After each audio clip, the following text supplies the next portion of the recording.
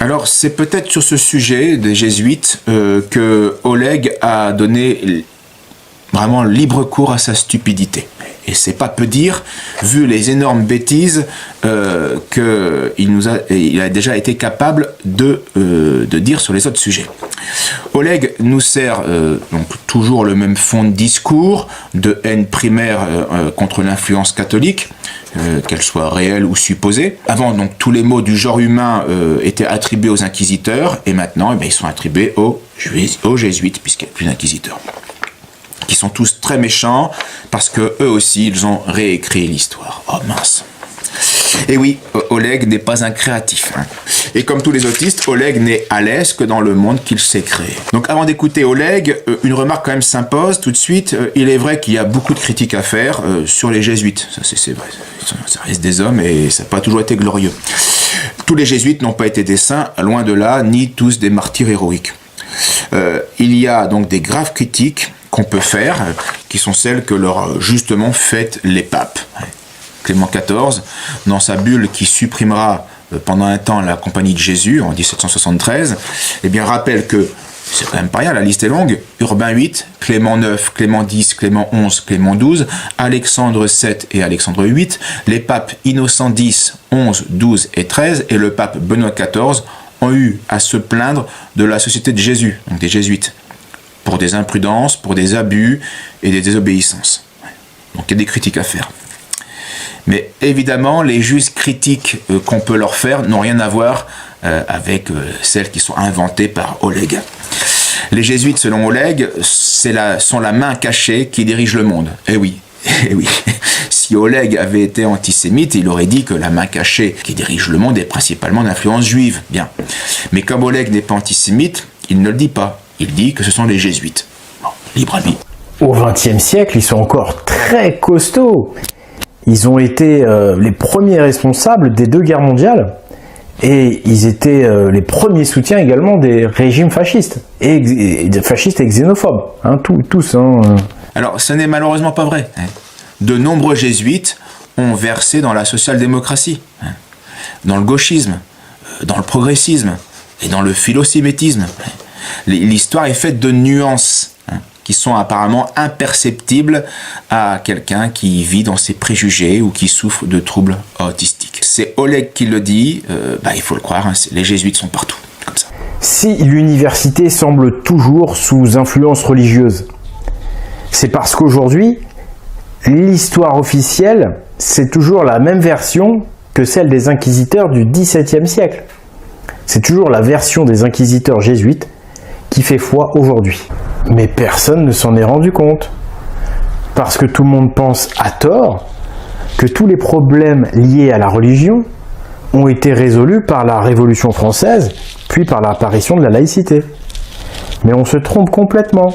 La Révolution n'a rien réglé comme problème, puisque l'Église a continué à dominer l'éducation nationale jusqu'au XXe siècle. En France, la loi de séparation de l'Église et de l'État, la laïcité, n'apparaît qu'en 1905. Et c'est après une lutte acharnée que Jules Ferry et Victor Hugo, entre autres, parvinrent enfin à retirer à l'Église chrétienne le privilège de contrôler l'éducation du pays. Alors, ce qui prouve qu'Oleg est à la fois un imposteur et un abruti, c'est qu'il montre une page de Wikipédia dressant la liste des établissements scolaires jésuites à travers le monde. Très bien.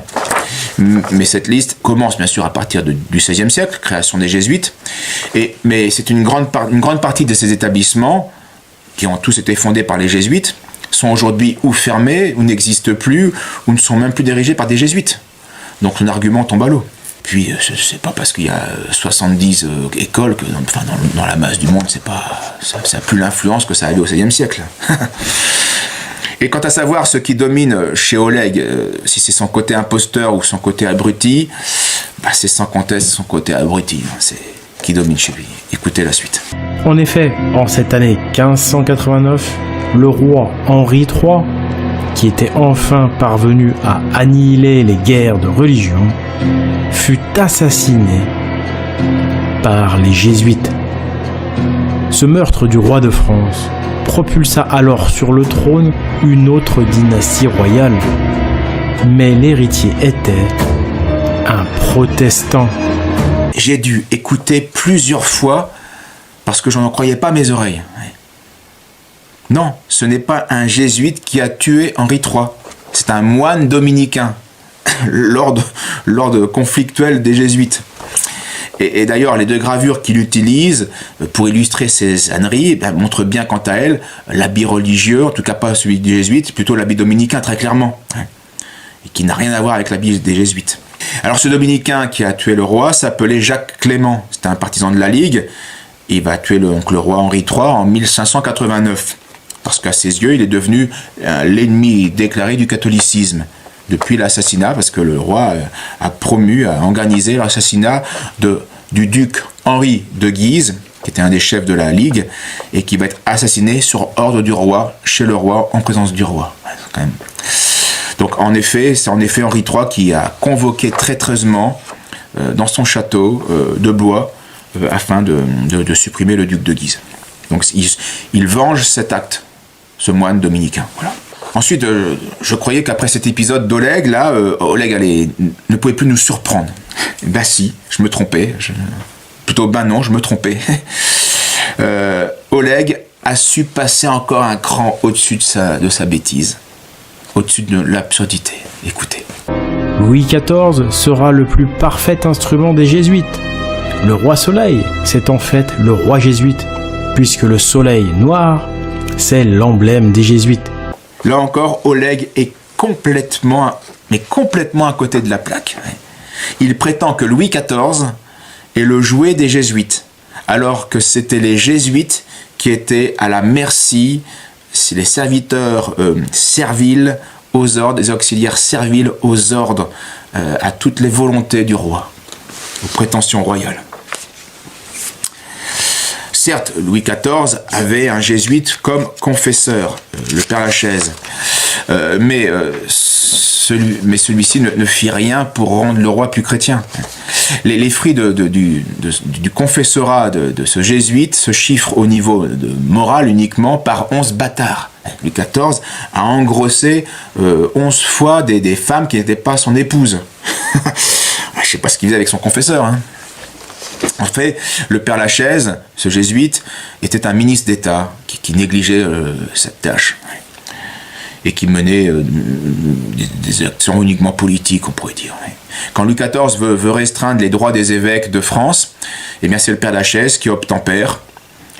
Quand Louis XIV veut augmenter l'autonomie de la France vis-à-vis du pape, eh bien c'est le Père Lachaise et les jésuites de France qui vont se faire gallicans et lutter contre les ultramontains, contre les Romains.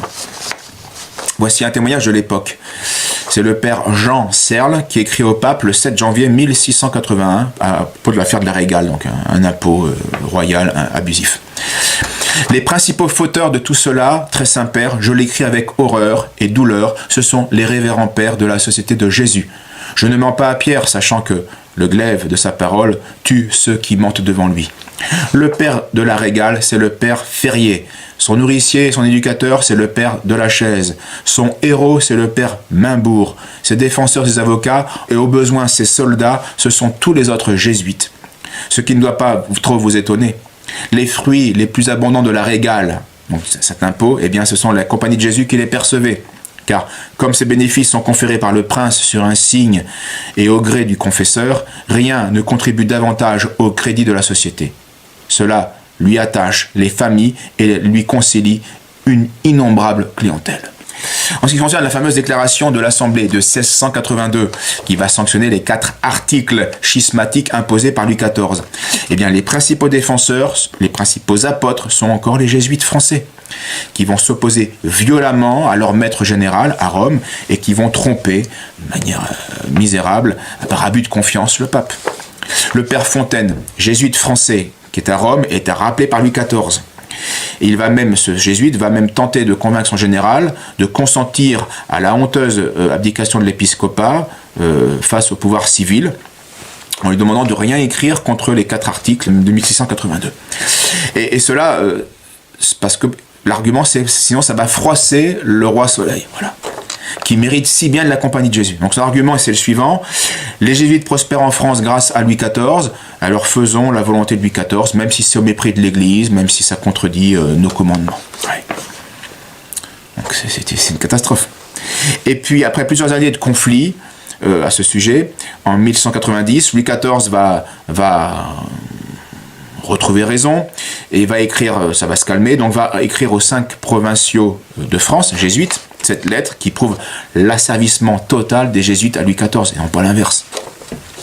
Nous vous faisons, c'est le roi qui parle, nous vous faisons dire que nous trouvons bon que dorénavant vous ayez commerce avec le dit général pour les affaires qui regardent le bon gouvernement de votre compagnie, tout ainsi que vous aviez coutume de le faire avant la réception de notre dépêche de 1688. Voilà. Maintenant, vous pouvez de nouveau parler à votre supérieur général. Voilà ce que dit Louis XIV. Et donc, les jésuites ont obéi dans les deux sens.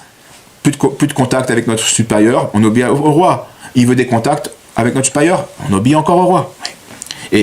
Mais pour cet imbécile et ignare d'Oleg, c'est Louis XIV qui est soumis aux jésuites. Écoutez. Louis XIV sera le plus parfait instrument des jésuites. Le roi Soleil, c'est en fait le roi jésuite. Mais d'après mon spécialiste, je serai tellement atteint que normalement, bien, je ne devrais pas avoir de mal à faire des progrès.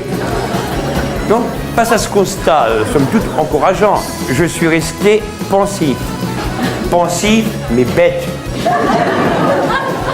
J'ai réfléchi, les abrutis réfléchissent énormément. Tout simplement parce que leur rendement est faible. Je vous laisse le temps d'y réfléchir. En fait, j'étais extrêmement prétentieux. Je me prenais carrément pour un médiocre alors que j'étais nul. Maintenant, si intellectuellement je peux peu, bien je vis heureux dans l'éternelle et la perpétuelle béatitude de l'abruti. Alors lui, on l'aime pas, il se croit sorti tout droit de la cuisse de Jupiter. Avec son air austère, il se croit intéressant, il faut qu'il parle tout le temps. Il a des idées sur tout, il sait surtout nous bourrer tout. Oh, oh, oh, il a tout vu, tout lu, tout entendu.